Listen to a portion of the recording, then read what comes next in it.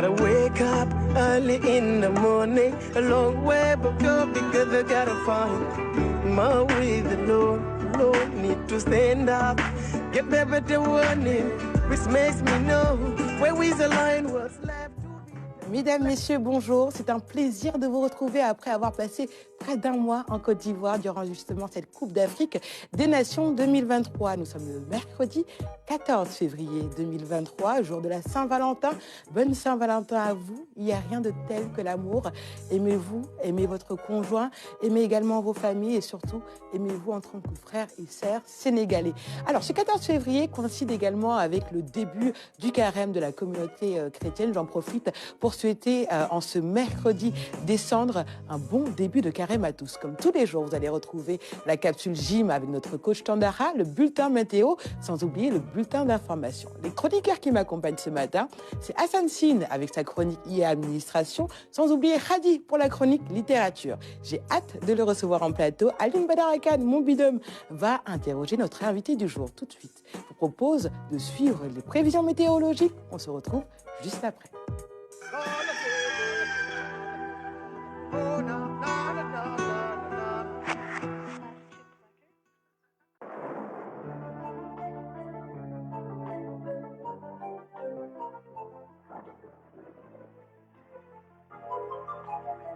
Toujours un plaisir de vous retrouver, chers amis téléspectateurs, pour votre bulletin météo de la NACIM.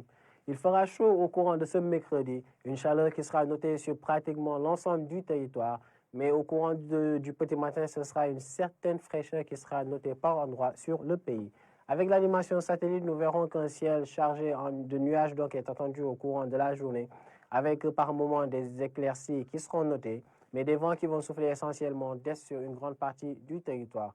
Les prévisions permettent de voir carrément des températures relativement élevées sur les localités ouest, mais extrêmement élevées dans le centre, dans l'est, mais aussi le sud du pays. Des pics de 43 degrés seront enregistrés au courant de cette journée, les plus élevés attendus dans le sud, mais aussi dans la zone de Kaffrine. Et à Dakar, nous aurons une température de 28 degrés au courant de ce mercredi, la plus basse attendue, malgré une légère persistance de la chaleur sur cette partie du pays. Donc le tout avec un ciel, comme je disais tantôt, qui sera passagèrement nuageux au courant de ce mercredi. Donc, chers téléspectateurs, dites-vous bien qu'il fera chaud au courant de cette journée. Une chaleur qui va être très notable sur les localités sud, centre-sud, mais aussi vers l'est du pays. Des valeurs de 43 degrés sont enregistrées au courant de cette journée. Et vers l'ouest, disons à Dakar particulièrement, une température relativement peu élevée y est attendue, de l'ordre de 28 degrés au courant de cette journée.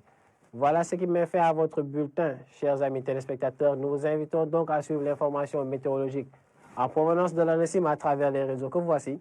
Et vous donnons rendez-vous demain à la même heure. Et d'ici là, portez-vous bien.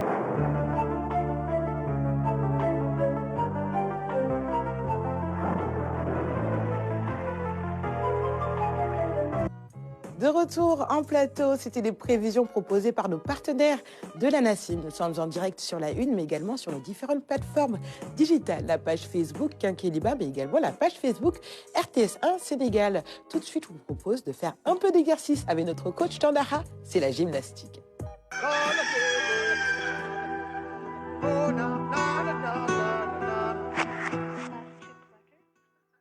Bonjour à tous, mesdames et messieurs, fidèles au rendez-vous, nous vous saluons où que vous soyez dans le monde et vous disons encore une fois que la vie vous fasse énormément de plaisir.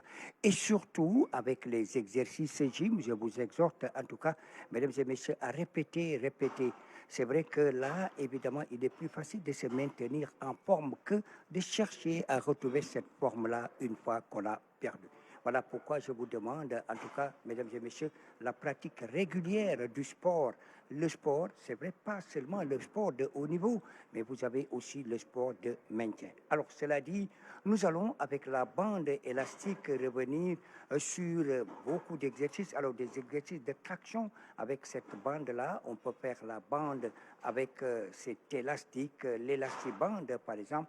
Et ce que vous pouvez faire avec les autres ateliers, évidemment, c'est des manœuvres de force là-bas. Avec les autres ateliers, vous pouvez le faire avec la bande élastique. Voilà ce que nous propose, en tout cas, aujourd'hui, le coach Bou. Alors, justement, on lui laisse la parole, le coach Bou, après quoi nous allons revenir sur ce qu'on a. Bonjour mesdames et messieurs, nous revoici encore. On fait un coucou à tout le monde, à vous qui nous suivez. Donc nous sommes là aujourd'hui pour présenter l'exercice qui va porter sur les tractions. Mais aujourd'hui, on va le faire en les tractions aidées avec une bande élastique. Pourquoi on a utilisé la bande élastique? Parce que vous savez, ce n'est pas du tout dit que tout le monde a la capacité de pouvoir, pouvoir faire les tractions avec une certaine tonicité ou bien avec une certaine force ou bien avec une certaine mobilité par rapport aux articulations. Des fois, il y a certains qui n'ont pas assez de force pour pouvoir faire des tractions normales. Aujourd'hui, on a choisi l'élastic band pour vous aider à pouvoir faire vos tractions. Ça va vous permettre d'apprendre le mouvement et d'avoir une très bonne exécution jusqu'à pouvoir faire un très bon traction. Et là, on va juste faire les démonstrations. À tout de suite. Aujourd'hui, on a utilisé l'élastique pour nous faire aider à faire des tirages.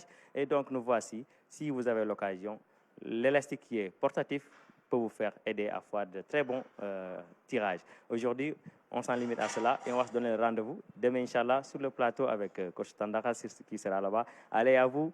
Ciao, à demain, Inch'Allah. Merci beaucoup, coach Bou. Merci encore une fois. Alors, nous avons vu les bienfaits de l'élastiband, puisque, comme vous le savez, c'est un matos assez portatif, mais un matos qui est très, très efficace. Je ne vais pas vous en dire plus. Merci, en tout cas, de votre attention. Et nous allons nous retrouver demain, mais là-bas, au plateau, le plateau de la RTS. Alors, je salue tout le monde, les invités et, grosso modo, tout le monde. Alors, très bon après-midi à vous. Après-midi, surtout très bonne journée à vous, coach Tandara. À demain en plateau, jeudi, vous serez parmi nous. Alors, ils m'ont rejoint en plateau. Khadi, bonjour. Bonjour Anta. Comment vas-tu? Ça va très bien. Ça va? Tu nous as beaucoup manqué. Vous m'avez également énormément manqué, surtout cette personne qui est située sur ta gauche. Je sais qu'il veut pas l'avouer, mais c'est vrai qu'il m'a manqué, Alioune Badara Kane. Alors, quel est le menu de ta chronique de ce matin? Alors, aujourd'hui, nous allons parler d'un roman palpitant qui s'intitule La patte du mal de Hamidou Ba. La patte du mal. Voilà, La patte du mal de Hamidou Ba. Et nous allons voir des citations aujourd'hui. Très bien. Voilà. T'en as combien de citations? Il y en a beaucoup, hein? Beaucoup? Oui. Très bien, et ce sera à découvrir dans la seconde partie de ce magazine. En face de toi, Hassan Sine, l'ami de son DG. Comment vas-tu? L'ami de tout le monde, tu vas dire. De ses DG, parce que je veux dire l'ami de ton DG et l'ami d'Alioune Badara Kane. Moi, DG aussi. Alors, quel est le menu de ta chronique de ce matin? Donc, aujourd'hui, nous allons revenir sur un atelier qui s'est déroulé la semaine dernière et qui concerne la 5G. C'est un atelier de réflexion sur la stratégie nationale avec les forces de défense et de sécurité. Très bien. Et là... Il y aura aussi d'autres réactions après le Sénégal Digital Day de New York. Nous allons écouter aujourd'hui le consul général de New York, du Sénégal à New York.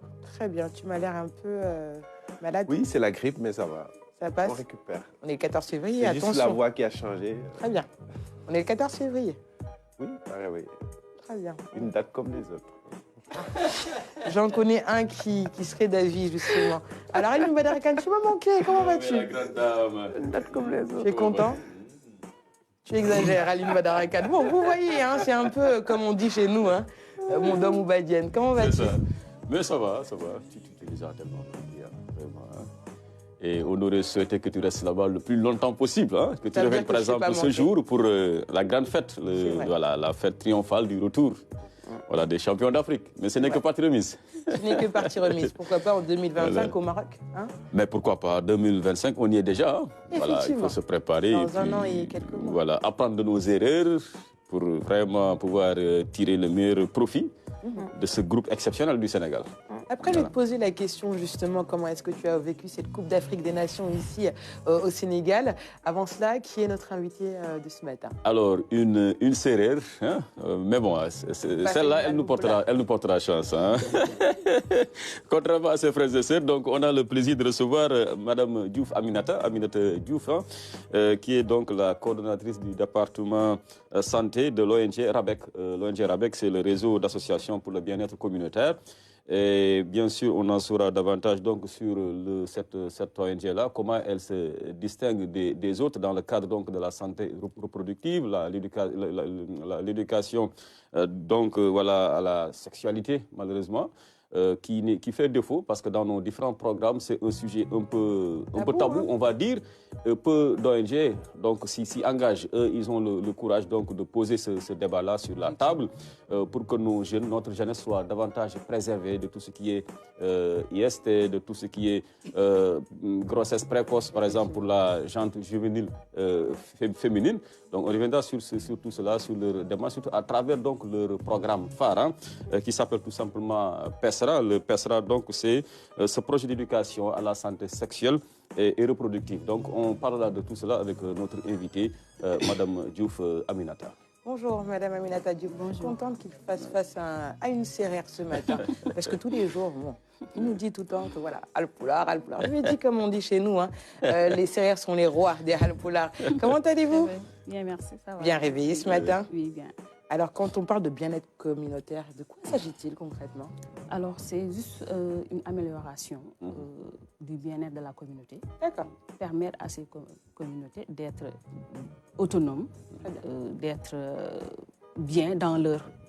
que ce soit au domaine de la santé ou au domaine environnemental ou social. Très bien.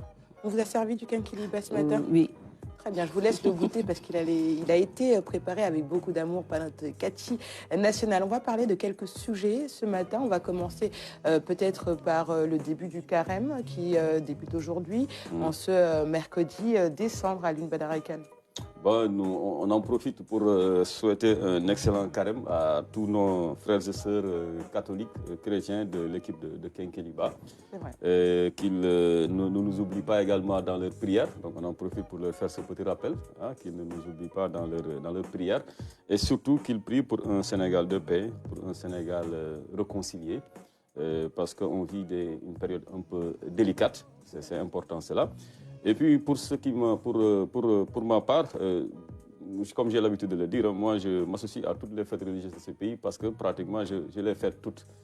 Parce que la belle famille, une bonne part de la belle famille, elle est chrétienne. Donc voilà, mes pensées vont vers elle.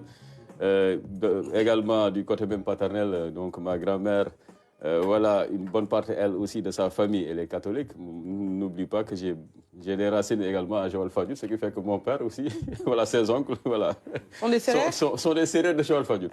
Alors donc, je pense à eux et je leur souhaite aussi un excellent carême. C'est cela le Sénégal. On est tous issus donc du métissage et c'est ce métissage-là qui constitue un lien ombilical.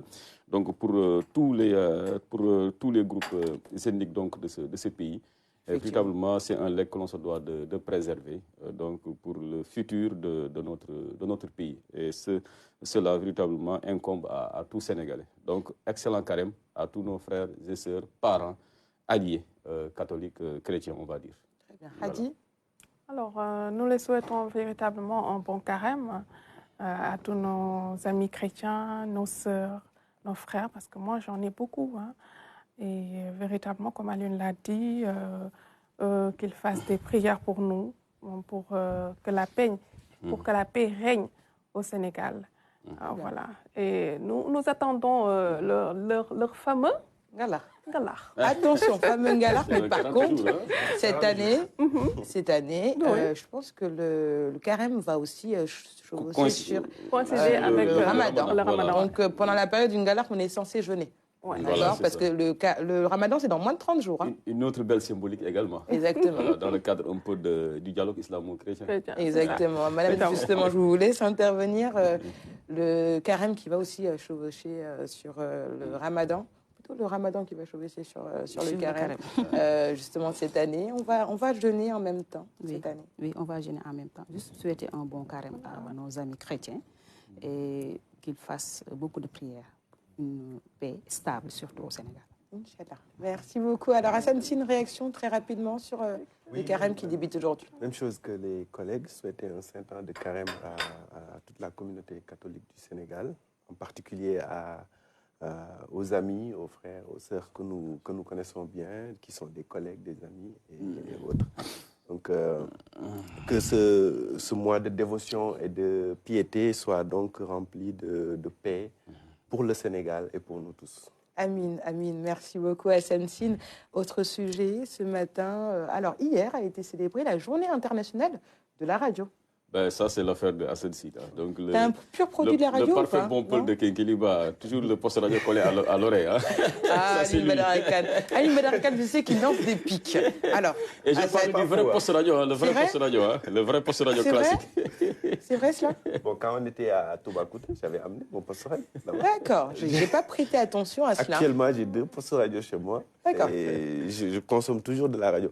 Bizarrement, par contre, je n'ai jamais fait, à part un stage à Walfadjri, il y a de cela très longtemps. Donc, à tes débuts?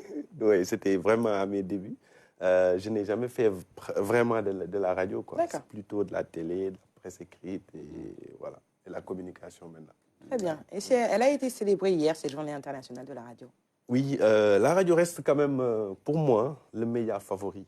Le média à chaud par excellence et qui permet en tout cas d'être bien informé et de vivre un peu l'information comme si on y était. Quand on fait c'est plus facile avec la radio de faire un direct et d'expliquer la situation et tout, même si avec la télé maintenant on a les images. Mais avec le récit de la radio, c'est toujours autre chose, vraiment. C'est vrai, on a l'impression qu'on est dans l'événement à chaque fois qu'on écoute la radio. Justement, à un moment donné, on pensait que la radio allait mourir à petit feu avec l'avènement justement de la télévision, aujourd'hui de Internet, mais on voit de plus en plus, par exemple, de radio en ligne. Alors, Aline Badarakan, je te laisse réagir. Parce que la radio a une force de pénétration que les autres médiums n'ont pas. C'est tout à fait normal. Vous pouvez être au fin fond du furlot ou peut-être une réception satellitaire poserait problème pour avoir donc de bonnes images télé, mais pour ce qui concerne la radio, du tout. Donc tout est simplifié. Dans ta voiture. Vous avez votre petit poste radio, même le téléphone portable aujourd'hui fait office de radio également. Donc il y a ce lien aussi avec ceux qui sont au bout des ondes, hein, parce que voilà, le feedback il est beaucoup plus instantané. Donc finalement on devient même un membre de cette radio-là à part entière. Hein, quand on voit un peu les émissions interactives. Quand on voit un peu l'intérêt chez le public, vous sentez que vraiment ce lien-là a fini d'être tissé parce que c'est dû même à la nature de la radio. Hein, parce que, comme je l'ai dit, c'est vraiment, elle simplifie les choses, tout est simplifié quand vous faites radio, contrairement à la télé où peut-être il y a beaucoup plus de lourdeur. Par exemple, pour faire Kenkeliba, voilà. Certains, surtout les serrures là, sont obligés de passer au maquillage, à l'éclairage. On fait appel à beaucoup de corps de métier. Par contre, pour la radio du tout, je pense que c'est quelque part ce qui contribue un peu à la résilience, à la résistance de la radio. Et pourquoi c'est aussi vivant, c'est parce que cela est lié au genre rédactionnel de la radio. Parce que quand vous faites radio, donc vous revenez pratiquement sur tous les détails. Quoi. Je pense que c'est ce qui différencie un peu l'écriture radio de l'écriture télé. Et c'est ce que l'on nous a appris d'ailleurs à l'école. Et vous y prenez plaisir parce que quand même vous relatez les moindres faits et gestes, tous les détails. Parce que l'auditeur n'a pas le confort, par exemple, du téléspectateur qui lui regarde et constate. Il n'a pas besoin que vous entriez en fait dans les détails parce que quand même, il est doté d'une certaine intelligence. Alors que celui qui écoute la radio, donc, il a besoin de tout, d'avoir toutes les informations, tous les détails, comment cela s'est passé. La situation. Donc, la situation et tout cela. Donc, cela me rappelle un peu les cours que nous dispensaient nos professeurs au CESTI, surtout Feu Lamine Touré, paix à son âme. Il nous disait, à la radio, tous les détails sont importants. Le diable se trouve dans les détails, donc sortez-moi les détails. Qu'est-ce qui manque? Vous me sortez tout, même l'air là, hein, voilà, et tout cela, l'équilibre qu'il faisait et tout cela. Donc ce qui fait que finalement on a tous pris goût. Je me rappelle notre promotion, on était devant un dilemme cornélien à la sortie. Devait-on faire radio ou je ne sais pas, ou télé, voire même presse écrite? Cela montre combien la qualité de la formation elle est, je pense jusqu'à présent d'ailleurs de qualité. Moi j'ai fait de la radio. À un moment donné, j'ai même failli embrasser la presse écrite. Non, la radio. À un moment donné aussi, ce dilemme est revenu pour ce qui concerne la presse écrite quand j'ai fait le travail d'agencier à l'agence de presse sénégalaise. Pour vous dire combien chaque genre également vraiment a son charme, voilà, a ses particularités. Mais la radio reste la radio. Et je pense qu'aucun médium ne pourrait la contrecarrer parce qu'elle est pratiquement éternelle. Et également ici au Sénégal, elle a beaucoup contribué donc à notre avancée démocratique. On se souvient par exemple de la présidentielle de 2000, comment la radio a su jouer brutalement ce rôle-là pour peut-être faire adhérer les masses, que les gens puissent saisir et maîtriser, donc comprendre les enjeux liés à l'élection présidentielle, la transparence. Parce que c'est avec la radio que le modèle sénégalais est devenu pratiquement et dupliqué un peu partout. Parce qu'à l'instant T, pratiquement avant la fermeture des bureaux, ou bien juste après la fermeture des bureaux, grâce bien sûr aux différentes liaisons radiophoniques, donc vous avez une idée des tendances donc, de l'élection. Donc cela également, c'est grâce à la radio. Donc la radio, c'est un médium que l'on doit véritablement, que l'on se doit de préserver et de consolider pour une meilleure vitalité démocratique. Donc vraiment la radio, voilà, je pense qu'aujourd'hui, elle mérite tous les honneurs et on en profite pour saluer nos confrères et consoeurs donc, de Radio Sénégal qui abattent un travail extraordinaire. Il faut aller dans le Ferlo, loin de Dakar, pour se rendre compte véritablement de leur force de pénétration. Effectivement, Radio Sénégal, je pense également à Dakar FM de l'autre côté, qui abattent un travail. Et la chaîne nationale, c'est vrai. Voilà. Il y a également toutes les différentes chaînes de radio à l'intérieur du pays qui couvrent vraiment tout le Sénégal entier. Et après, généralement, à l'Une Bellarekane, on dit qu'un journaliste qui sort de radio peut faire de la télé facilement, alors que contrairement, justement, on ne peut pas, c'est-à-dire en tant que journaliste télé, aller à la radio et que ce soit vraiment aisé d'abattre ce travail-là. Ça nous permet justement de saluer vraiment tous ces journalistes et techniciens qui travaillent dans les différentes radios, que ce soit à Dakar et dans les différentes régions du Sénégal. Alors, tu écoutes la radio, Khady? Bien sûr, j'écoute beaucoup la radio. Et j'ai fait également la radio. Hein, ah bon? J'étais à Radio Sénégal International. J'étais donc dans l'émission Les Matins de RSI avec tonton Aline Diop. Et je faisais également une émission qui s'intitulait 100% bien-être. Voilà, qui parlait de santé et de beauté et tout. Voilà. Très rapidement, comment tu vivais ces instants de radio? C'est véritablement incommensurable. Je ne peux pas véritablement le décrire.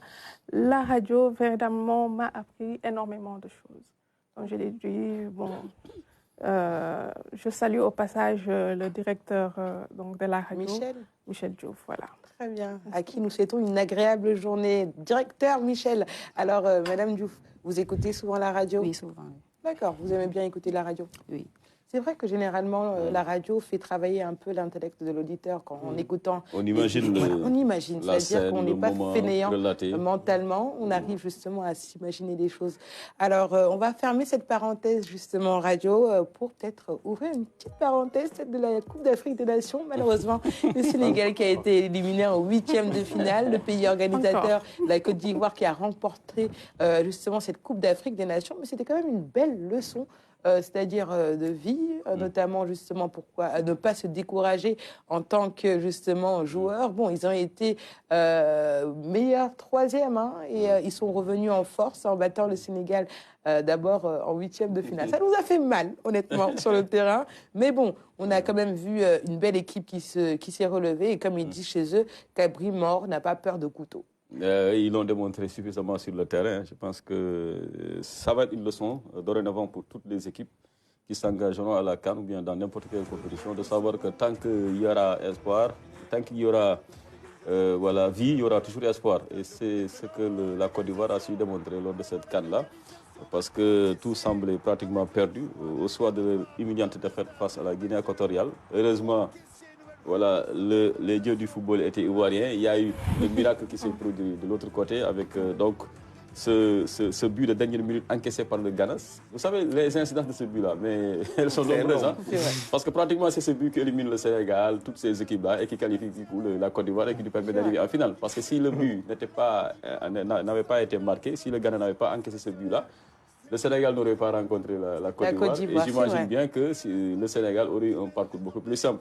Parce que, bien sûr, tu n'étais pas là. Moi, à l'époque, je disais que moi, je ne préfère pas rencontrer l'équipe organisatrice. Quoi. Même nous, sur place, on ne voulait vraiment pas rencontrer non, du tout. cette Mais équipe. il y a eu beaucoup de Sénégalais. Ils étaient dans l'euphorie, c'est normal. Avec nos 3 premiers matchs extrêmement convaincants, ils se disaient, bon, quel que soit l'adversaire qui se présentera à nous, on prendra le dessus sur lui.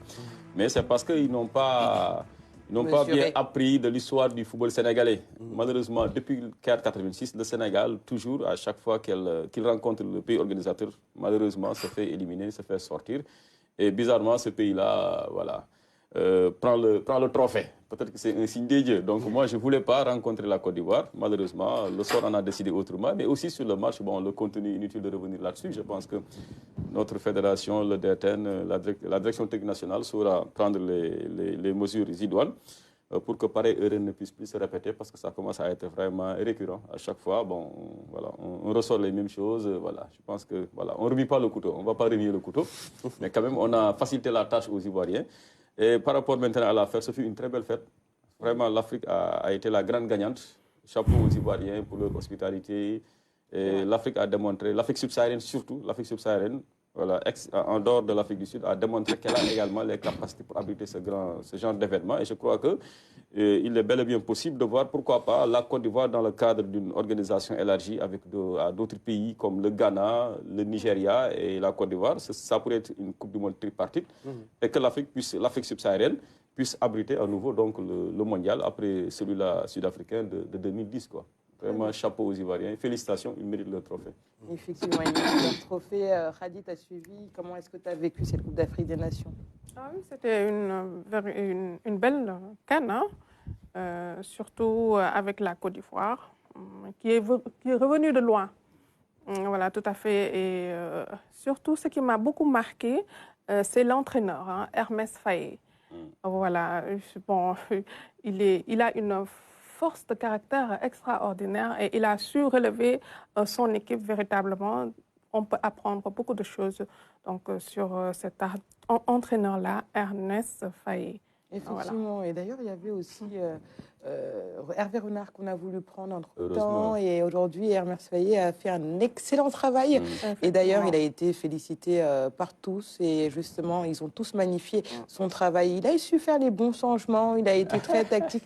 Ah bon, c'était vraiment, on va dire, l'entraîneur de la CAN. Les bons changements. La phrase du jour, c'est bien. Je dis ça, je dis rien. Aline Badara Kane, arrête de titiller. Alors, bon, Hassan Sine, comment est-ce que tu as vécu cette Coupe d'Afrique de Dakar? Bon, je retiens ta phrase. Hein, le cas de la Côte d'Ivoire, c'est vraiment une leçon de vie.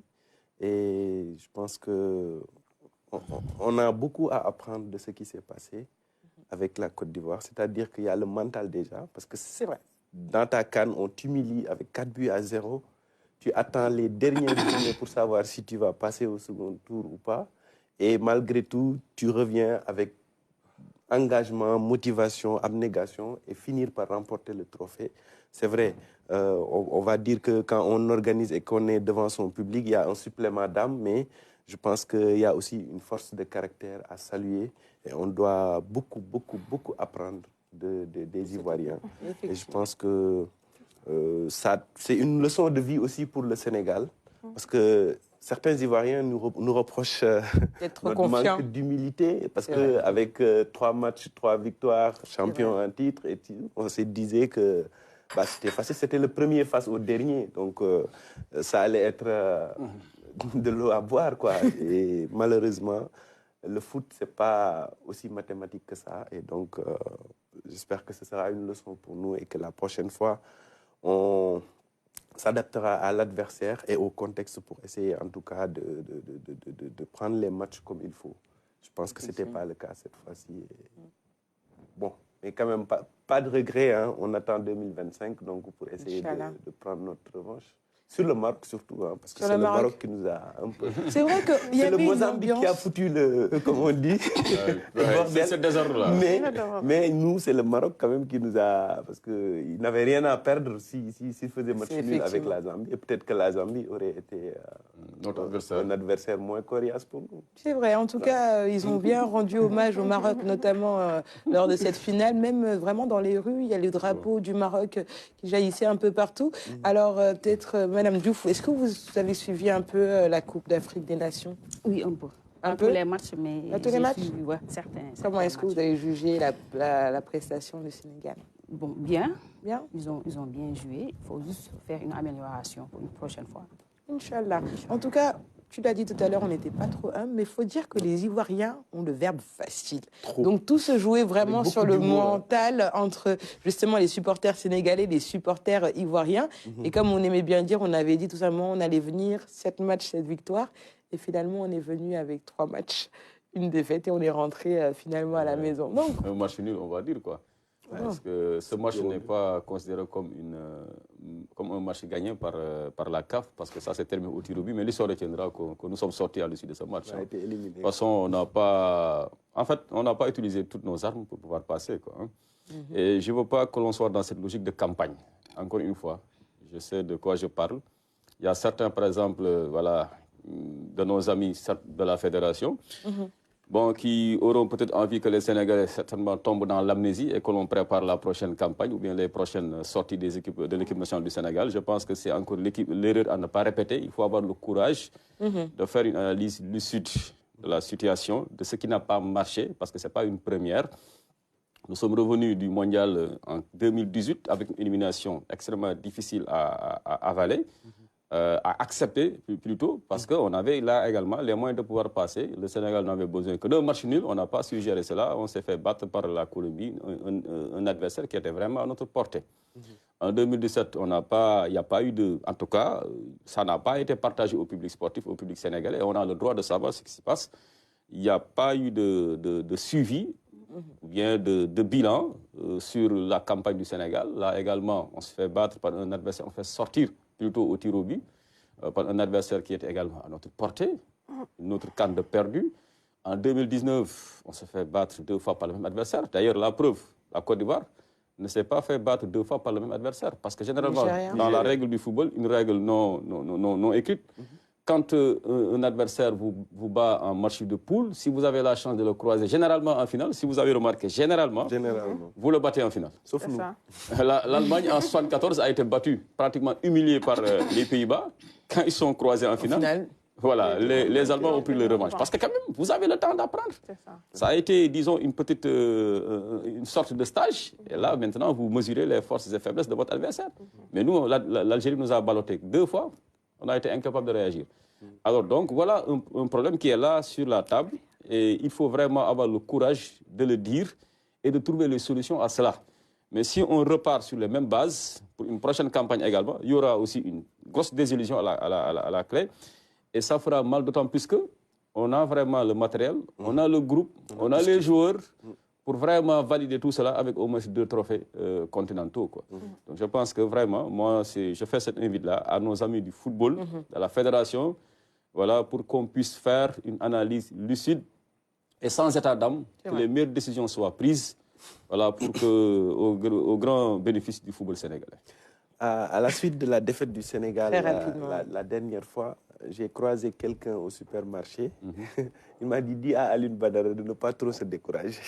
Non, je ne me décourage pas. C'est un message que je Mais ce qui fait mal, c'est que quand vous savez que vous avez un bel effectif. Ce n'est pas le découragement, hein. Je suis très réaliste. En 2000, je ne m'attendais pas à un sacre du Sénégal. La preuve, on n'avait pas le groupe.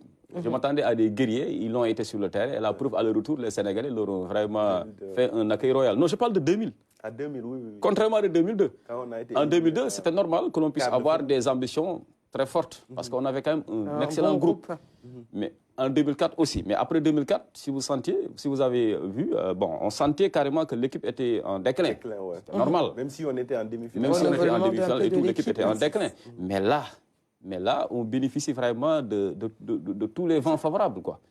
Là, on a une génération dorée. Moi, c'est après notre match contre la Côte d'Ivoire que je me suis rendu compte qu'on avait le meilleur effectif de cette CAN. Hein. Quand vous voyez les joueurs qui ont été laissés sur le banc, 90 minutes durant, vous avez Cheikh Kouyaté, Gana Gueye, Nampalys Mendy, Pathé Ciss. Je parle des milieux qui seront bientôt concurrencés par d'autres jeunes qui arrivent, des jeunes loups aux dents longues. Et vous ne tirez pas profit de cela, c'est un immense gâchis. C'est un très grand gâchis. Et je pense qu'aujourd'hui, le Sénégal se doit vraiment de faire un diagnostic sans complaisance de cela pour mieux rebondir et valider tout cela. Parce que c'est ce que je dis, encore une fois, valider tout cela avec un trophée. Très bien. Voilà.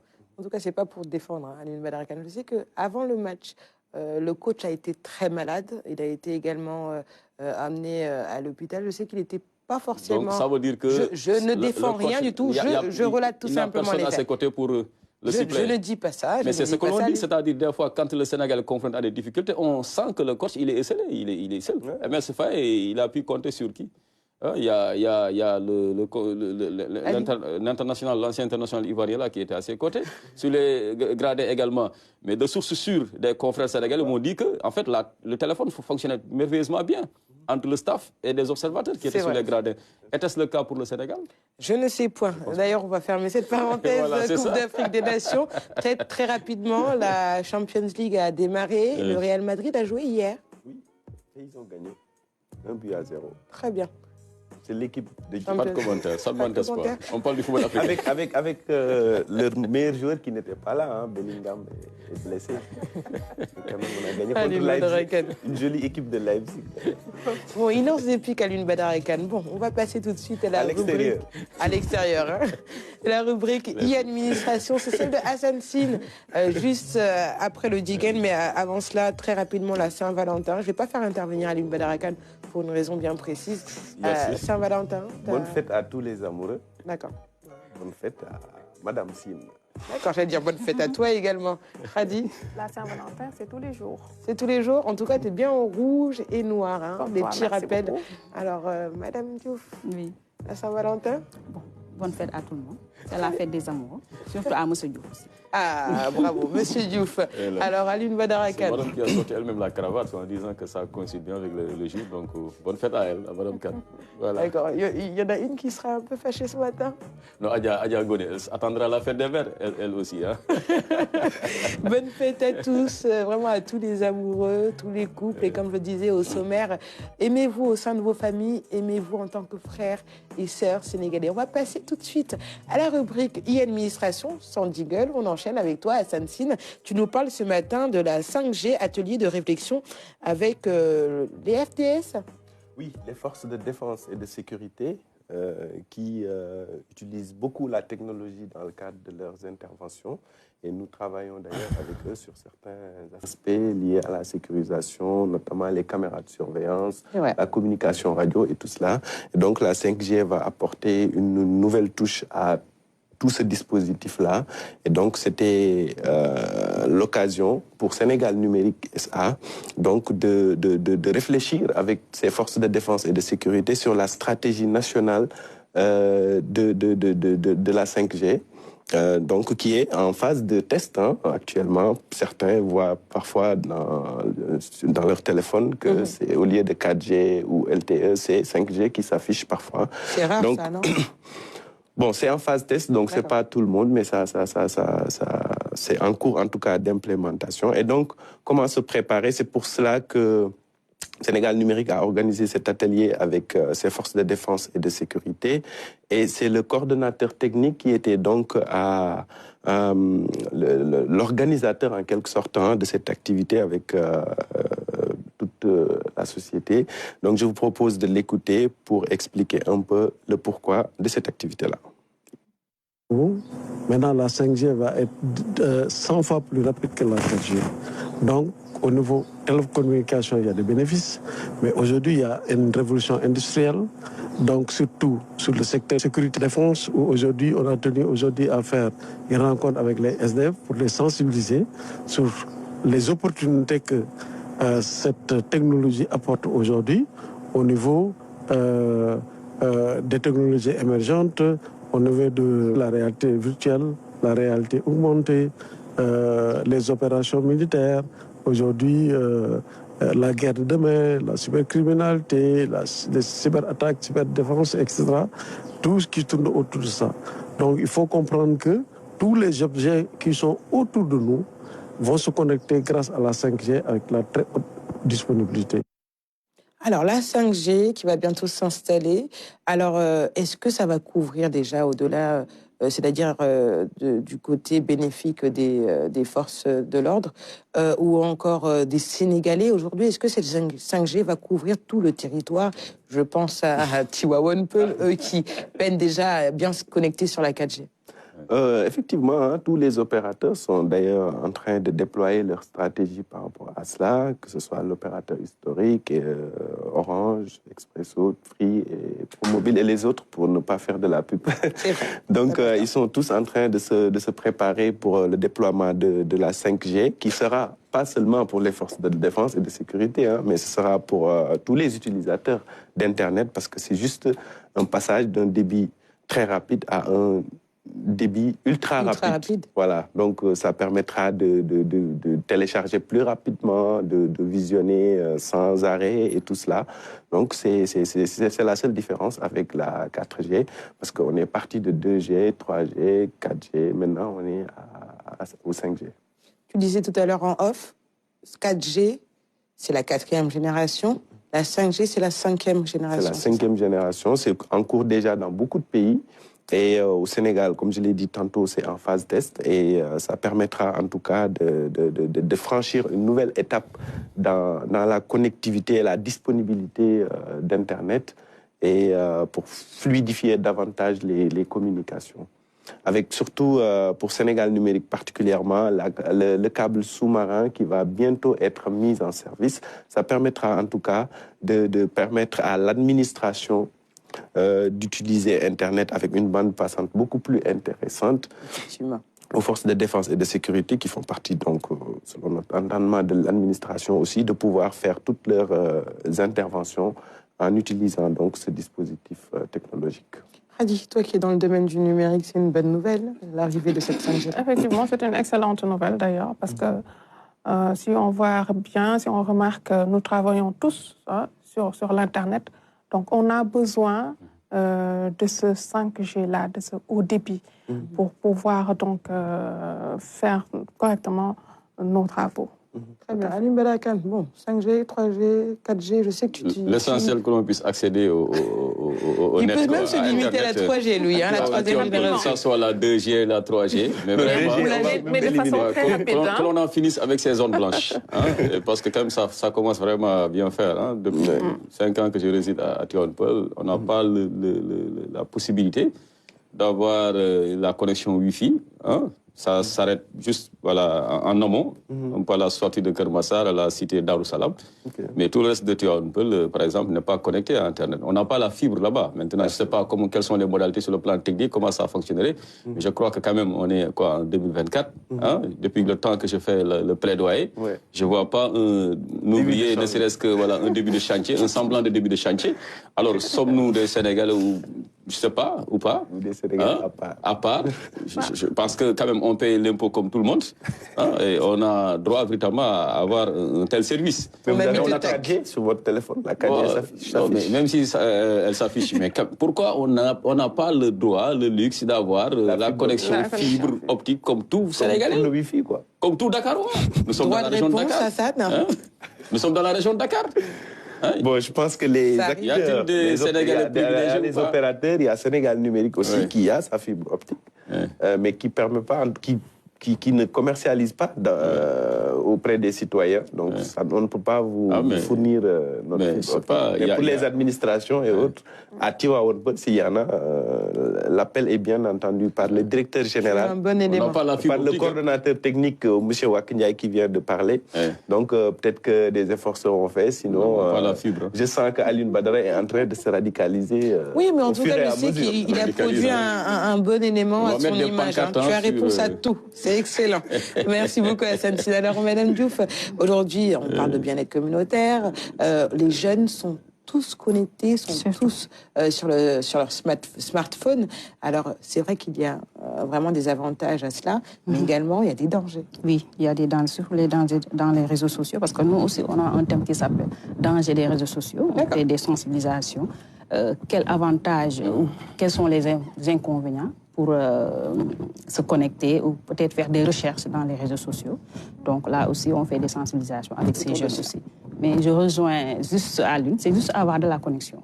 D'accord. Voilà. Vous habitez où? J'habite à Niaritali. Nyaritali, vous avez la connexion généralement? Non, Nyaritali, ici. Oui, ils ont quand même la connexion. Ils ont la fibre. Un peu les zones éloignées. Il est content. Il est content. Il dit qu'ils ont tout. Alors, on va passer à ton deuxième sujet de ce matin. Tu nous parles de la réaction du consul du Sénégal à New York lors justement de ton voyage. Ça s'est bien passé à Las Vegas? Oui, ça s'est très bien passé. Depuis Las Vegas, on ne s'est pas vu, c'est vrai. Est-ce qu'il paraît tout ce qui se passe à Las Vegas reste à Las Vegas? Oui, mais j'ai tout apporté. Pour une fois, j'ai fait mal au Maxime, quoi.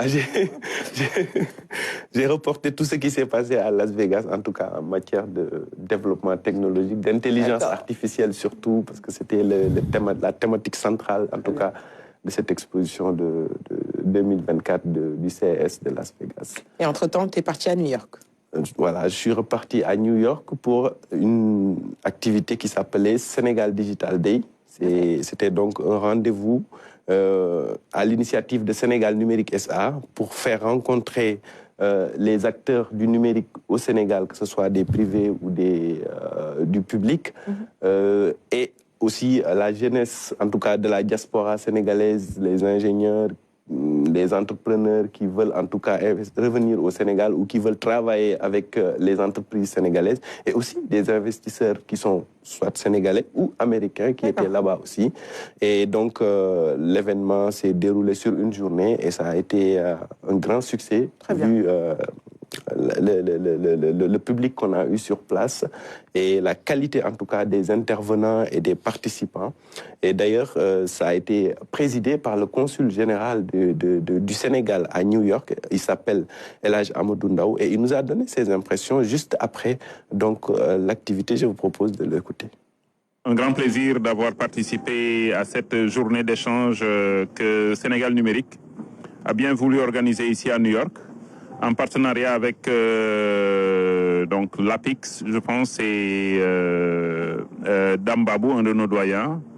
Voilà, c'était une journée très riche qui nous a permis d'avoir un bel aperçu sur le Sénégal numérique, d'abord l'historique, mais aussi les produits qui pourraient être très intéressants pour nos compatriotes qui sont là, qui sont établis ici aux États-Unis et qui sont dans le secteur du numérique et qui peuvent certainement apporter de la valeur ajoutée, en tout cas sur ce que Sénégal numérique est en train de faire déjà. On a vu également une belle présentation de Petrosen Services. Et donc, ce qui nous a permis d'avoir un bon aperçu sur Petrosen et des opportunités que cela présente, et même des perspectives qui peuvent être très, très, très bénéfiques, en tout cas pour les populations au finish. Alors, merci beaucoup pour cet extrait. C'était le consul, justement, général du Sénégal à New York qui a donné ses impressions. Alors, c'est généralement bien pour, justement, toute cette communauté de la diaspora qui voudrait éventuellement investir ou pourquoi pas retourner au Sénégal pour investir dans le domaine du numérique. Oui, effectivement, la dernière fois, je vous ai fait passer quelques jeunes ingénieurs, quelques jeunes entrepreneurs qui ont en tout cas expliqué leurs attentes par rapport à cette activité et qui ont bien apprécié en tout cas l'organisation inédite donc, de cette rencontre là-bas au cœur de New York à Columbia University. Et c'est la même réaction pratiquement auprès des investisseurs, des entreprises sénégalaises qui nous ont accompagnés, notamment Petrosen et Apix SA. Je vais revenir sur leur déclaration peut-être lors de nos prochaines chroniques. Eux aussi, ils ont trouvé vraiment leur compte parce que les personnalités qui étaient là-bas étaient vraiment la cible qu'on visait à travers cette activité du Sénégal Digital Day. Et on espère que l'édition 2025 sera encore plus une réussite et qu'on sera encore davantage accompagné par d'autres structures administratives, certes, mais aussi privées. Parce que c'est pour tout le monde. Et ce sera en 2025 ? Inch'Allah. Inch'Allah, on espère en tout cas, pourquoi pas faire Kinkeliba à New York. Alioune Badara Kane qui présentera en anglais. Bah oui. en bon bilingue. L'intelligence artificielle est possible. Hein? Ah, Ali Badara Khan. Les téléspectateurs du monde ont apprécié les immenses talents en anglais, langue de Shakespeare. C'est possible. Hein? Très bien. Merci beaucoup. On va te tolérer l'accent, mais je sais que voilà, tu pourras t'exprimer très bien en anglais. Il s'exprime pas mal en anglais, mais bon, il a beaucoup d'efforts à fournir pour avoir un anglais correct déjà pour commencer, avant de le dire fluide. Alors Aline Badara Khan, on poursuit avec toi, avec la rubrique invitée. Merci pour ta chronique de ce matin. Merci Anta, merci à tous. T'as rien à ajouter? Non, c'est bon. C'est bon? Je suis content. Très bien. Alors tout de suite, c'est la rubrique invitée, juste après le jingle.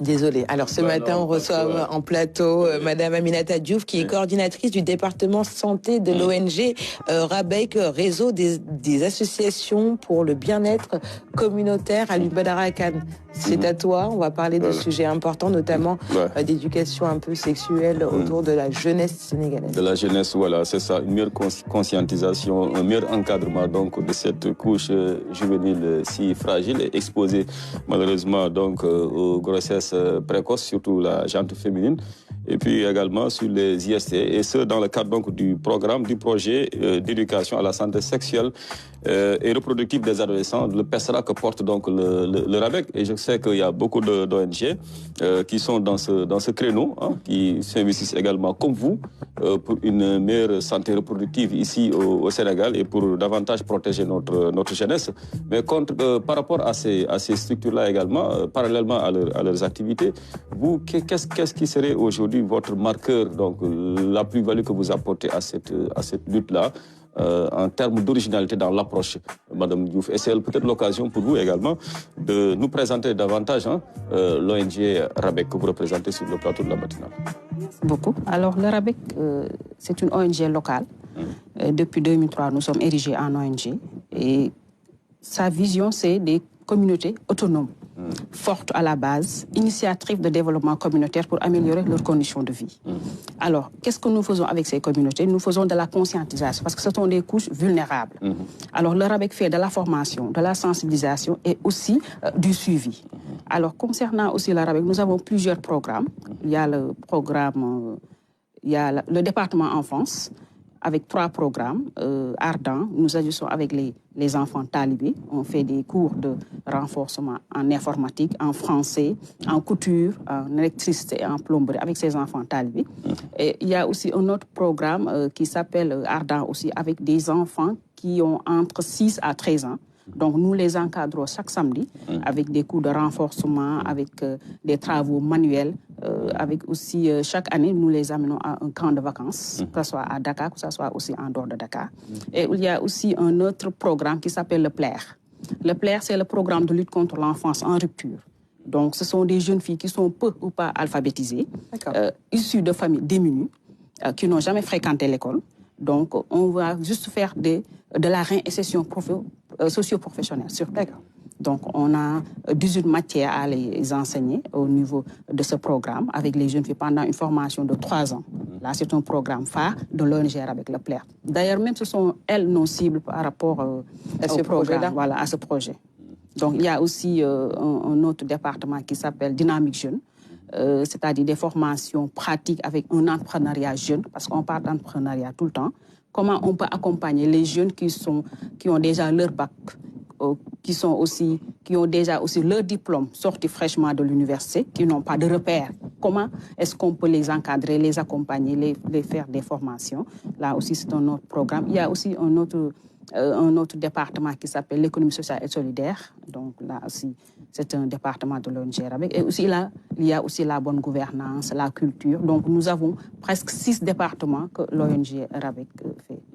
Alors pourquoi la santé sexuelle devrait être aujourd'hui au cœur de nos préoccupations en termes de chiffres? Quel serait aujourd'hui au Sénégal donc le taux de prévalence pour ce qui concerne par exemple les grossesses précoces non désirées, et puis également les IST, surtout chez la gente juvénile.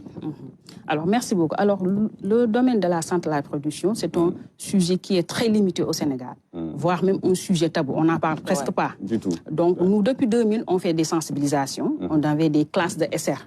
C'est-à-dire, on regroupait des jeunes filles qui sont âgées entre 13 jusqu'à 18 ans. On faisait de la sensibilisation pour qu'elles puissent jouir d'une adolescence normale et de qualité. Parce que quand on parle de la santé et de la reproduction, c'est tout un processus. Il y a des fonctions, il y a les mécanismes de la production à tous les âges de la vie. Ça concerne de l'enfance à la vieillesse. Donc, pourquoi la santé et la reproduction? Parce qu'on a fait un constat qu'il y a des problèmes de santé par rapport à ces jeunes. Il y a aussi beaucoup de facteurs comme l'analphabétisme, comme l'abandon scolaire, notamment chez les filles. Il y a la pauvreté, il y a les violences, notamment les abus sexuels, il y a le viol, il y a l'inceste, et qui est souvent perpétré par les adultes. Il y a aussi un manque d'information et une mauvaise perception liée à leur santé et à la reproduction, surtout avec les jeunes. Donc on a pensé, surtout avec les pratiques aussi néfastes, comme les mutilations génitales féminines, comme les mariages précoces, comme les grossesses précoces. Comment est-ce qu'on peut quand même aider ces jeunes filles? Comment est-ce qu'on peut les orienter à avoir une santé responsable surtout? Voilà. Alors moi, j'avais une question par rapport justement à l'éducation un peu sexuelle. Que répondez-vous à ces personnes qui pensent que cette éducation sexuelle-là, c'est-à-dire incite la jeunesse à plutôt avoir ces relations sexuelles, malheureusement qui aujourd'hui peuvent s'adonner et justement auraient pu se préserver et pour éviter justement certaines maladies comme les IST, par exemple le VIH, qui est vraiment un virus qui atteint beaucoup de jeunes aujourd'hui, malheureusement. Alors, parce qu'il y a un manque d'information, je l'avais dit tantôt, et il y a une forte prévalence de l'infection à VIH-Sida et même aux IST. Pourquoi? Parce que la plupart des zones, parce que en 2022, on avait rédigé une requête nationale. C'est un projet d'éducation à la santé sexuelle et reproductive des jeunes et d'appui à la résilience des femmes dans les villages de Ngoye, à Fatick, de Bayla en Casamance et de Kounkané à Kolda. Et on a fait le même constat que les mêmes problèmes que les jeunes subissent au niveau de Dakar, les mêmes problèmes aussi se trouvent dans les locales les plus reculés de la région de Dakar. Et qu'est-ce qu'on a fait? On a fait un constat qu'il y avait beaucoup de grossesses précoces. Il y avait beaucoup de sexualité précoce. La majorité des jeunes qui ont entre 12 à 24 ans ont très tôt fait peut-être un acte sexuel avant l'âge même 15 ans. Avant 15 ans. Avant 15 ans même. Donc, il y avait beaucoup de grossesses précoces. Et c'était un sujet tabou. Les parents n'en parlent pas. Donc, on a fait des panels avec comme thème la communication entre parents et enfants, le rôle de la mère par rapport à sa fille. Qu'est-ce que la mère doit faire pour encadrer sa fille au moment même de la menstruation, le cycle menstruel? Qu'est-ce qu'il faut préparer à l'enfant par rapport à la puberté, parce qu'il y a une transition de l'enfance à l'adolescence, il y a des changements psychologiques, des changements physiques. Qu'est-ce qu'il faut faire pour encadrer quand même ces jeunes à avoir une meilleure santé responsable, satisfaisante surtout, et avoir aussi une jeunesse, comment dire, de qualité surtout. Alors, allez-y, Hadi. Pour faire vos sensibilisations. Vous avez tout de suite parlé de panels, de formation. Alors, par exemple, pour une jeune fille qui est à Koulikoro, comment elle va faire pour accéder à ces formations? Alors, j'avais tantôt dit que nous avons une requête nationale. Donc, c'est une requête, nous intervenons presque dans tout le Sénégal, le RABEC. Nous faisons des formations partout au Sénégal. Donc, on a écrit un projet qui s'appelle la requête nationale. Nous sommes allés en Casamance, nous sommes allés à Bayla, à Fatick et dans d'autres régions pour faire des sensibilisations. Parce que nous, en général, on fait des panels, on fait des causeries de classe dans les écoles primaires avec les élèves de CM1 et de CM2. On fait aussi de la formation avec des relais. Comment est-ce qu'on peut démultiplier le travail que nous sommes en train de faire? Parce qu'on ne peut pas être partout. Il faut quand même faire des formations avec les relais communautaires pour qu'ils puissent faire aussi des sensibilisations au niveau de leur localité. C'est ce que nous faisons. Donc, de la sensibilisation, des causeries, des panels, même avec les associations aussi de femmes, nous faisons des sensibilisations. Est-ce que vous avez beaucoup d'adhérents? Oui. Il y en a beaucoup. Oui, il y en a beaucoup. Donc la communication, elle est bonne? Oui.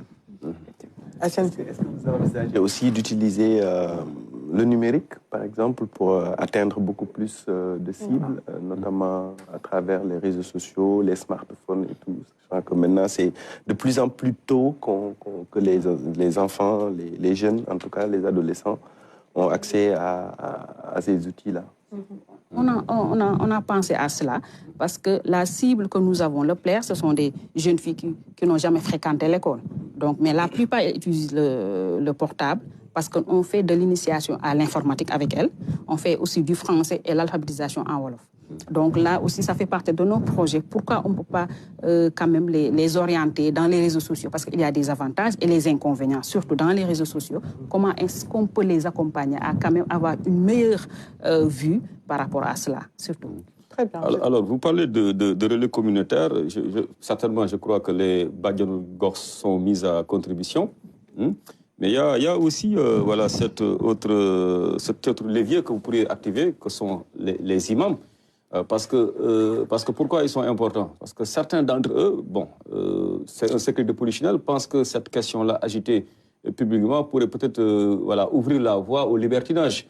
Qu'il faut certains garde-fous pour pouvoir l'aborder, surtout avec les jeunes, souvent qui n'ont pas encore la maturité nécessaire requise pour bien décortiquer donc, la chose. Alors, est-ce que dans vos programmes, au niveau du RABEC, vous arrivez d'être en relation avec ces religieux-là pour qu'ils puissent profiter de leur prêche, pour également aborder ces sujets-là dits sensibles dans notre société, parce que sur le plan socioculturel, il est extrêmement compliqué au Sénégal de parler de cela, de la santé donc, sexuelle, surtout des adolescents. Alors, on a l'habitude de travailler avec toutes les couches de la population, comme je l'avais dit tantôt.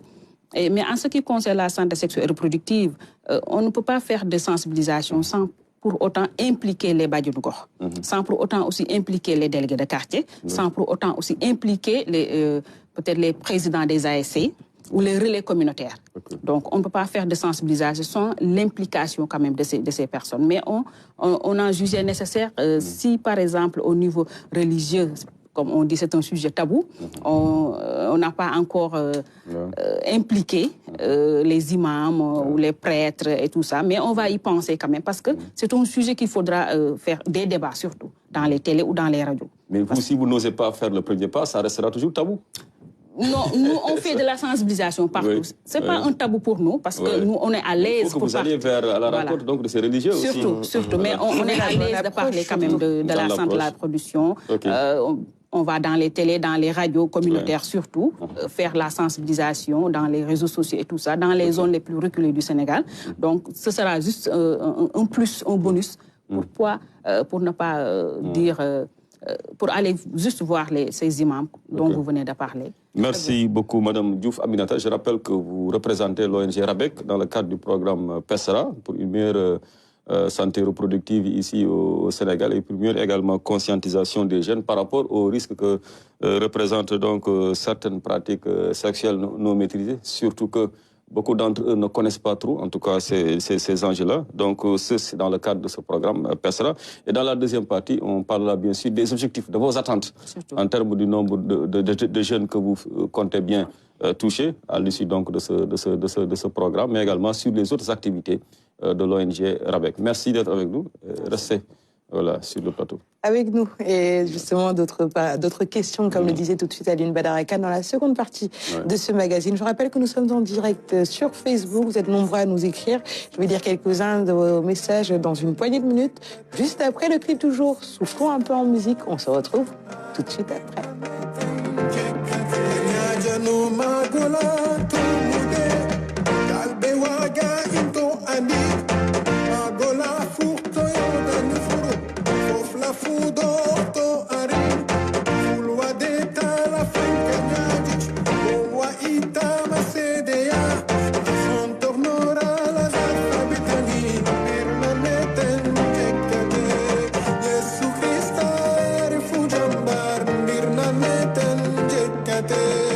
Yesu Christa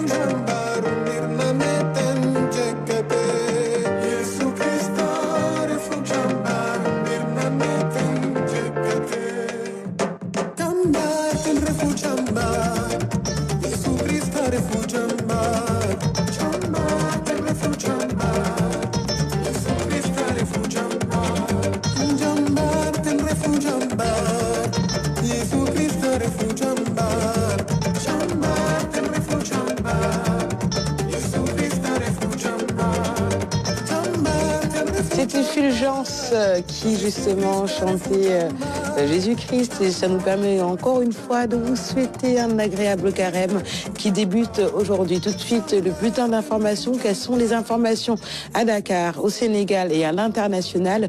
Tout de suite, le bulletin d'info tout en images.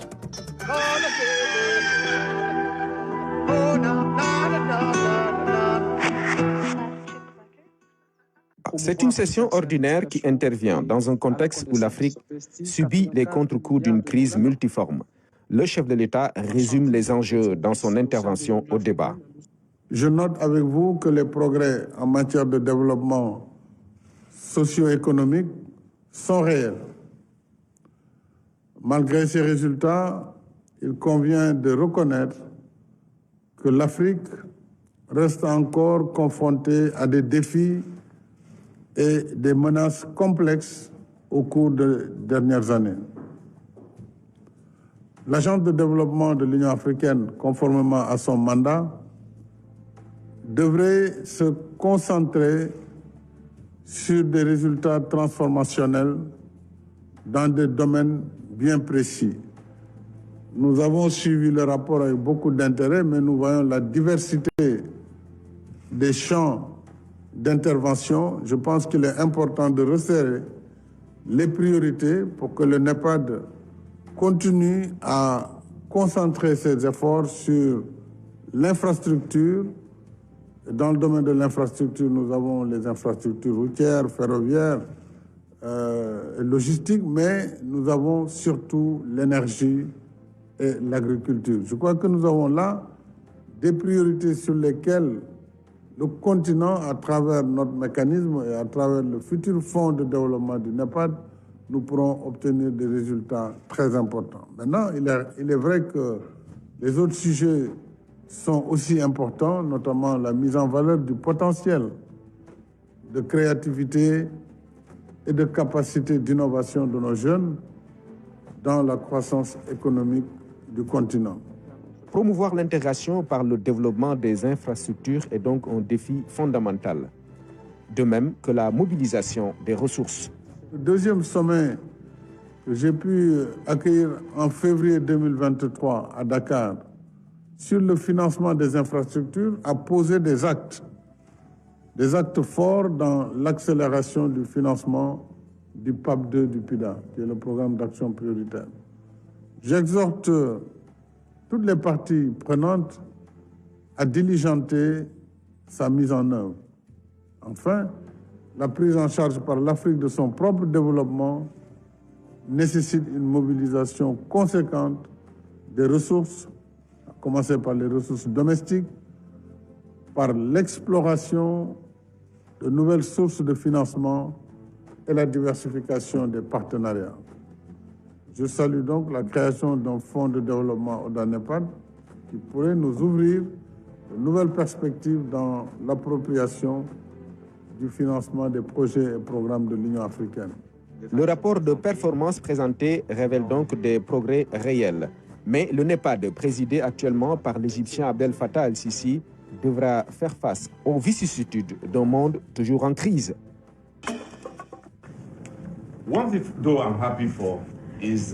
Mais je suis heureux tout de même de dire que certaines choses que nous avons vues dans les médias sont différentes de ce que nous avons vu de nos yeux depuis que nous sommes arrivés ici. Et depuis notre arrivée ici, nous avons pu rencontrer l'honorable président du Parlement. Nous avons eu une session avec lui. Nous avons eu des séances de travail avec les 3 groupes parlementaires de l'Assemblée nationale, le groupe de la majorité, l'opposition. Et nous avons rencontré également certains acteurs politiques, y compris les candidats déclarés inéligibles pour les élections présidentielles. Donc, au terme de toutes ces consultations, nous avons maintenant une meilleure intelligence de la situation au Sénégal. Therefore, il est donc our mission, we met and decided to come out with some recommendations. Dans le cadre de notre mission, nous avons décidé de faire un certain nombre de recommandations. Mais les éléments clés de notre déclaration sont liés à la demande de calme dans le pays. And we call on all political actors et de retenue. To avoid using any form of discourse et nous lançons that would lead to violence un appel and create tension à tous les acteurs politiques pour qu'ils évitent d'utiliser une forme d'expression, des discours qui pourraient entraîner la violence ou créer des tensions dans le pays. Et nous invitons tous les acteurs à donner la priorité aux intérêts fondamentaux des Sénégalais, à savoir la paix, la stabilité et le respect de la Constitution, la promotion de la démocratie, de l'état de droit et la cohésion sociale. La mission de diplomatie parlementaire demande à tous les acteurs sociopolitiques de s'engager dans un dialogue et créer des conditions favorables pour l'organisation d'élections ouvertes, crédibles, inclusives et transparentes. Demande à la commission de la CEDEAO d'envoyer une mission conjointe de la commission et du Parlement de la CEDEAO au Sénégal dès la semaine prochaine pour faciliter l'organisation du dialogue politique national et de le faire en toute urgence. Guidé par une proposition de l'Espagne, le Conseil exécutif de l'UNESCO a recommandé à la 36e conférence générale la proclamation de la Journée mondiale de la radio sur la base d'une étude de faisabilité. Une faisabilité qui avait été entreprise par l'UNESCO. Depuis de nombreuses générations, la radio reste le moyen de communication le plus accessible et le plus étendu pour informer et divertir tous les secteurs de la société. Si dans certaines régions, elle a été utilisée pour attiser la haine, la division et les conflits, de nombreux pays ont quand même réussi à adopter une législation et des mécanismes de réglementation progressistes qui ont permis à la radio de diffuser des informations et des programmes équilibrés. Les parties prenantes impliquées dans la mise en place de la Journée mondiale de la radio sont les associations de radiodiffusion publique, privée, communautaire et internationale. La décision de fixer la Journée mondiale de la radio au 13 février, jour de création de la radio des Nations Unies au siège de l'ONU en 1946, a été donc proposée par le directeur général de l'UNESCO de l'époque. Les objectifs de la Journée mondiale de la radio sont principalement de sensibiliser le public et les médias à l'importance de la radio ainsi que de renforcer la mise en réseau et la coopération internationale entre les diffuseurs. Les forces de l'ordre ont bien inspiré les enfants dans leur choix de tenue pour le Mardi Gras. Dans certaines écoles, beaucoup d'élèves ont préféré arborer la tenue de la police ou de la gendarmerie plutôt que celle des super-héros. Beaucoup ont préféré imiter les policiers, les gendarmes ainsi que les sapeurs-pompiers. Il y a aussi des infirmiers et des médecins. Cela prouve qu'ils sont des exemples pour les enfants. Cette école maternelle a décidé de célébrer Mardi Gras de manière très sobre, contrairement aux années précédentes, à cause du contexte actuel très tendu. À 10 h, beaucoup de parents d'élèves sont venus chercher leurs enfants. On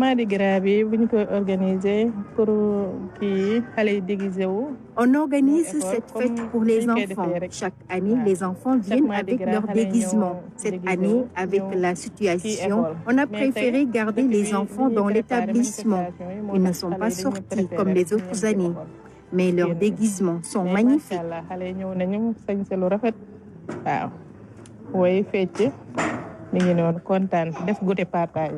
Mardi Gras reste tout de même une tradition bien ancrée dans plusieurs établissements scolaires. À l'école Saint-Joseph de Cluny, les élèves rivalisent d'originalité dans leur déguisement. Des mariés aux magistrats, sans oublier les conservateurs dans leur tenue traditionnelle. J'ai porté une docteur et j'aime les docteurs.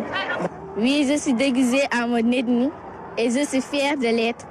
Je suis Manjac, fière de l'être. Un honneur d'être ici et présente. Le déguisement des enfants est également un symbole fort de la diversité culturelle qui prévaut dans cet établissement. Ça se déroule un peu favorable mollement, vu la situation que nous vivons. Les enfants sont un peu crispés. Mais vous savez, on a tenu vraiment à marquer cet événement-là. Qu'il faut dire d'abord du côté religieux, ça marque le début du carême chrétien. Et aussi, on en profite aussi, à l'instar de toutes les autres institutions, de toutes les autres écoles, faire ressortir les cultures, les différentes cultures. Parce qu'ici à Saint-Jean, nous avons plusieurs cultures, des Diola, je commence par moi, excusez-moi, des Sérères, des Wolofs, ainsi de suite. Il y a même d'autres nationalités. Mardi Gras marque le début du carême chez les chrétiens. Pour les enfants, c'est surtout une belle occasion de plus pour vivre des moments de convivialité à l'école ou en famille.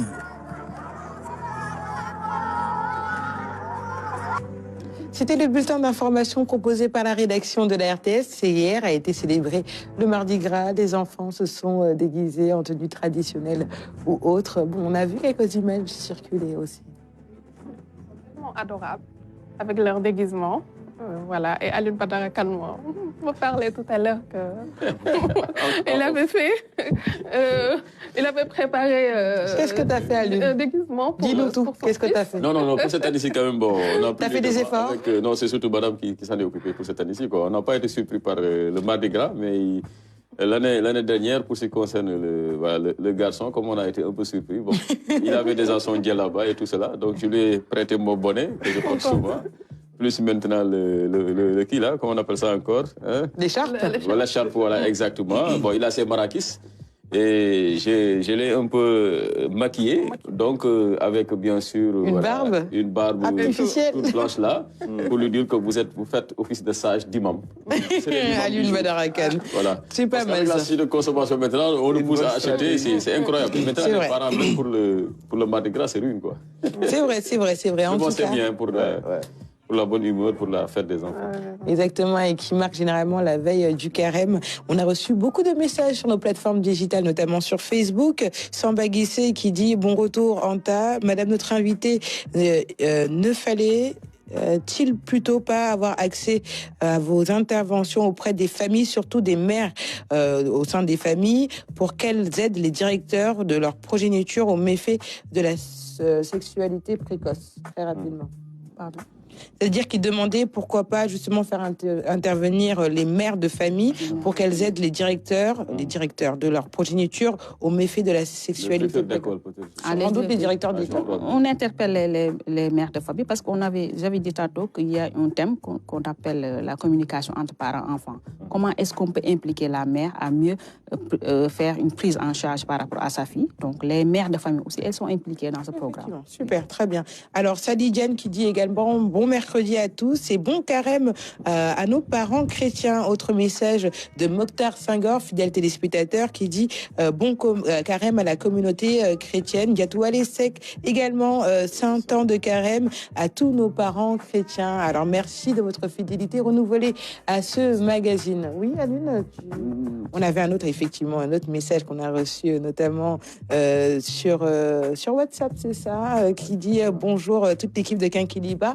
Il s'agit de Moustapha Diop, président du conseil de quartier de Balakos, président collectif des conseils de quartier de Saint-Louis du Sénégal, qui vous salue chaleureusement. Nous vous saluons également et nous vous souhaitons une agréable journée. Tout de suite, on va passer à la rubrique littérature. C'est avec Radi, juste après le jingle.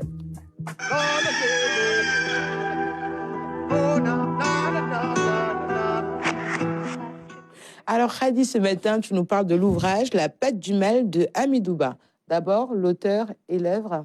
Voilà. Alors, Hamidouba, il est né à en Guinée-Conakry. Il est économiste, il est écrivain, auteur de plusieurs ouvrages. Justement, La Patte du Mal est un roman palpitant de 242 pages paru aux éditions Harmattan Sénégal. Et les thèmes tournent autour de l'amour, de l'infertilité et du mysticisme.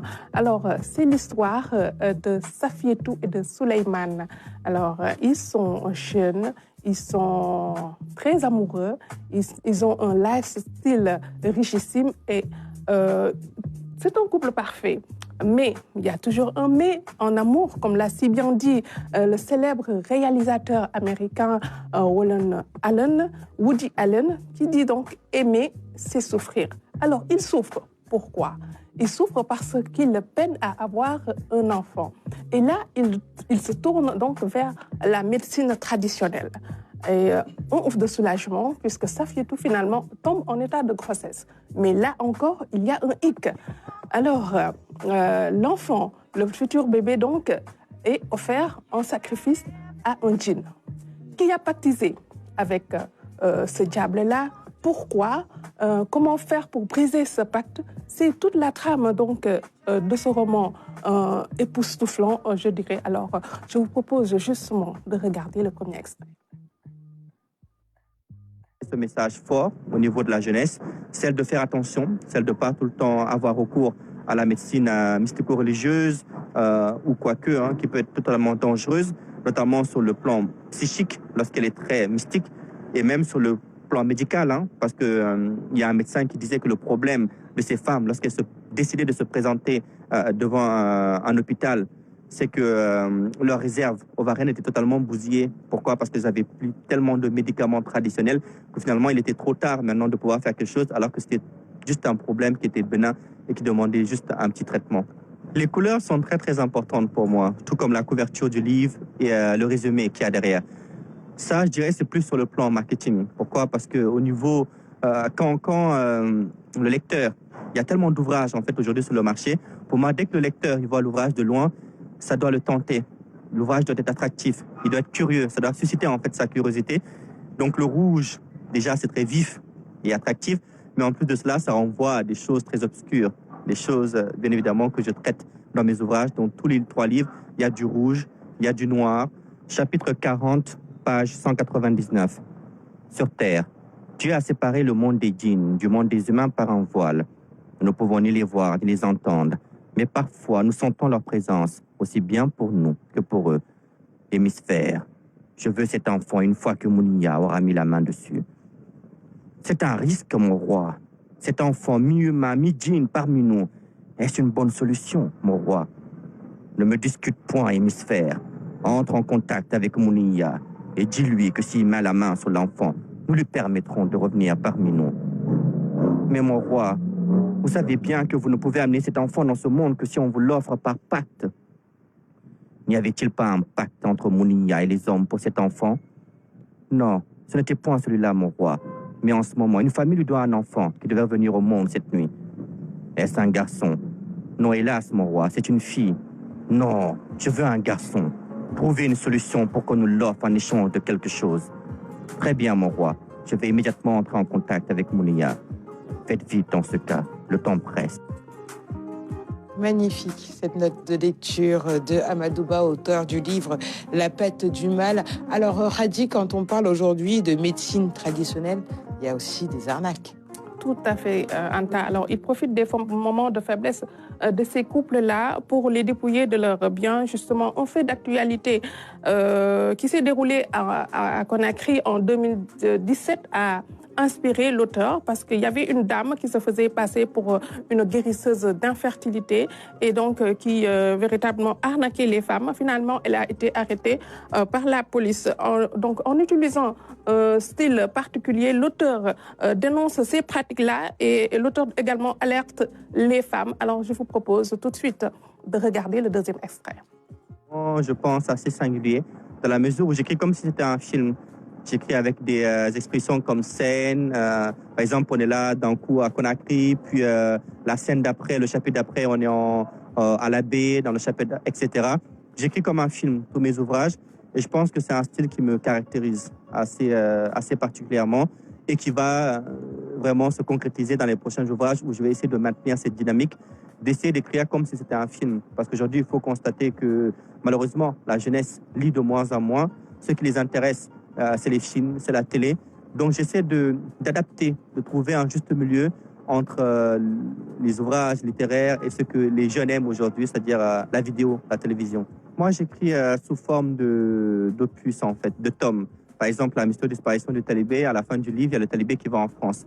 Donc la Dame de la Cave, c'est la suite de l'histoire de Tierno, qui arrive en France et puis qui poursuit ses enquêtes là-bas avec cette fameuse dame albinos, malveillante, obscure, qu'il avait pourchassée ici au Sénégal, qui va le poursuivre en France. Pour La Patte du Mal, c'est pareil. Là, je viens d'écrire le second volet que j'ai publié en auto-édition, qui s'appelle Mila et la clé du coffre, et justement qui va concerner cette fois-ci l'enfant de Suleiman et Safietou. C'est-à-dire que cet enfant va venir au monde et va faire pas mal de crises stigmatisées par la population comme étant démoniaque. Et donc, on va découvrir au fur et à mesure que c'est l'histoire dans La Patte du Mal qui se poursuit avec Mila, qui a un destin incroyable, qui va être celui de sauver l'humanité tout entière. J'aime bien scinder les choses. Pourquoi? Parce que je sais que le lecteur, il n'aime pas être vraiment... Il n'aime pas tout ce qui est long. Donc, j'ai des scènes qui sont assez courtes, ce qui aussi permet au lecteur de pouvoir faire des pauses ou de pouvoir continuer sans s'ennuyer, de pouvoir découvrir. J'essaie de mettre vraiment dans chaque chapitre, pas une intrigue, parce qu'il n'y a qu'une seule intrigue, mais d'essayer de mettre des rebondissements, en fait, pour que le lecteur reste toujours accroché. J'adore le suspense. Je suis un fan de Agatha Christie, donc je peux dire que oui, j'adore. Je suis un fan de suspense dans toutes mes œuvres. Excellent choix ce matin, justement, ce jour de Saint-Valentin, Hadi. Alors, par contre, cet ouvrage traite de beaucoup de thématiques, notamment l'infertilité. Alors, Madame Diouf, aujourd'hui, l'infertilité est aujourd'hui devenue un poids social. On est souvent indexé par la société quand une femme n'arrive pas à avoir d'enfant. Alors, même la semaine dernière, on avait fait une sensibilisation sur l'infertilité. Alors, il y a beaucoup de causes. C'est parce qu'on voit des causes surtout avec les trompes qui sont bouchées chez la femme, avec les problèmes des ovaires, par exemple, ou même une femme qui ne peut pas voir sa menstruation. Il y a aussi des causes par rapport à l'homme. Est-ce qu'il y a une éjaculation précoce au niveau, soit si le spermatozoïde a un problème au niveau des testicules. Donc, il y a autant de causes quand même que certaines femmes ou certains couples même vivent au Sénégal par rapport à l'infertilité. Exactement, et généralement, on oublie justement l'homme qui peut aussi souffrir d'infertilité. Alors, Hassan Sine, aujourd'hui, est-ce que la médecine traditionnelle est une solution à justement ces problèmes-là qu'on peut rencontrer? Parce qu'on en sourit effectivement, hein, mais beaucoup de Sénégalais font appel à cette médecine traditionnelle-là qui n'est pas forcément la solution. Mais bien sûr, ça occupe toujours une place très importante dans nos sociétés tradimoderne, on va dire. Hein. Parfois même, quelqu'un m'a raconté un jour que c'est le médecin qui lui a conseillé d'aller voir ailleurs. Parce qu'eux, ils ne trouvent pas... ils ne voient rien, en fait, par rapport à sa maladie. Et donc, c'était une façon de lui dire d'aller voir les guérisseurs, les marabouts et tout ça. Très bien. C'est vrai que, bon, il s'agit de nos réalités à l'Une-Badarakan en 30 secondes. Ah, mais je pense qu'il y a même un début de législation, en tout cas, qui a été acté, c'est-à-dire pour encadrer la médecine traditionnelle. La médecine traditionnelle également, c'est notre identité, c'est notre legs aussi, c'est le legs un peu des anciens. Et il y a du bon dans la médecine traditionnelle. Donc, je crois que dans une parfaite symbiose, elle pourrait venir en appui à la médecine classique. Et pour la question de l'infertilité, également, les hommes souvent ne jouent pas le jeu parce que beaucoup de couples, en fait, ne réussissent pas à surmonter ce problème parce que l'homme refuse d'aller aux consultations donc avec son épouse. Et je pense que les hommes se doivent aussi d'être beaucoup plus compréhensifs, d'accompagner leurs épouses, voilà, pour se donner beaucoup plus de chances, enfin, d'avoir un enfant. Effectivement, merci beaucoup. Merci Hadi. On est à 1 minute de la fin. Alors, très rapidement, revenir sur notre invité du jour. Alors, peut-être revenir sur ce projet au sein justement de cette association, l'ONG Rabec, vos missions, et au-delà de ça, le projet qui vous amène ici ce matin. Alors, c'est un projet qui s'appelle Projet d'éducation à la santé sexuelle et reproductive des adolescents. C'est un projet de génie en santé sexuelle des filles ados. Ce sera une première au Sénégal parce qu'on a tendance à faire des jeunes en herbe. Mais là, c'est typiquement sur la santé, la reproduction, avec des filles ados. Donc, on prévoit de faire plusieurs activités, des matchs interclasses, parce qu'on a le programme PLAIR que j'avais tantôt parlé, les jeunes filles issues de familles démunies qui sont âgées entre 13 à 24 ans. On a 3 antennes au niveau des Parcelles Assainies, au niveau de Kermassa et au niveau de Biscuiterie à Niary Tally. Donc, comment est-ce qu'on peut quand même faire un épanouissement par rapport à ces jeunes filles? C'est-à-dire, comme on a tendance à dire, le droit au loisir, par exemple. Donc, faire un concours entre elles, interclasses, des matchs interclasses, des matchs entre les antennes, une formation avec des jeunes filles sur la santé de la reproduction pour améliorer le santé de la reproduction. Donc, faire aussi, comment dire, l'enrôlement de ces jeunes filles ou peut-être de leurs parents dans les mutuelles de santé. Là aussi, c'est une activité par rapport à ce projet. Et on est à la recherche de sponsors, d'appui financier, de bailleurs, voilà. Qui puissent vous accompagner. Voilà, qui puissent nous accompagner. Très bien, merci beaucoup. Il est 8 heures. Bonne continuation. Merci beaucoup. Bon courage à vous, bon vent justement à votre association, l'ONG plutôt, RABEC, réseau d'associations pour le bien-être communautaire. Merci à vous de m'avoir accompagné ce matin à l'Une Arakan. Tu m'as beaucoup manqué. Bonne fête de Saint-Valentin à toi. Merci Khadi de m'avoir accompagné ce matin. Très bel ouvrage que tu nous as proposé. Merci à toi Samsine pour ta belle chronique de ce matin. Merci à vous également de nous avoir suivis. Je vous souhaite une bonne Saint-Valentin encore une fois. L'amour triomphe toujours. Et pour finir, encore une fois, bon carême à toute la communauté chrétienne du Sénégal et du monde entier. Je vous donne rendez-vous demain, dès 6h30, pour un nouveau numéro de Kenkiliba. À demain.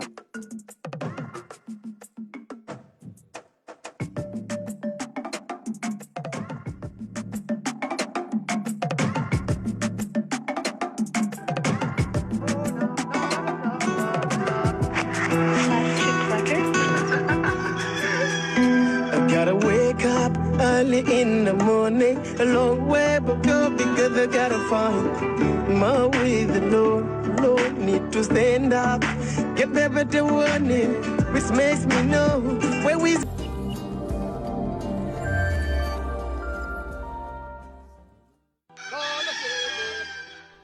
Réveil en douceur sur la RTS avec l'incontournable matinale Kenkeliba.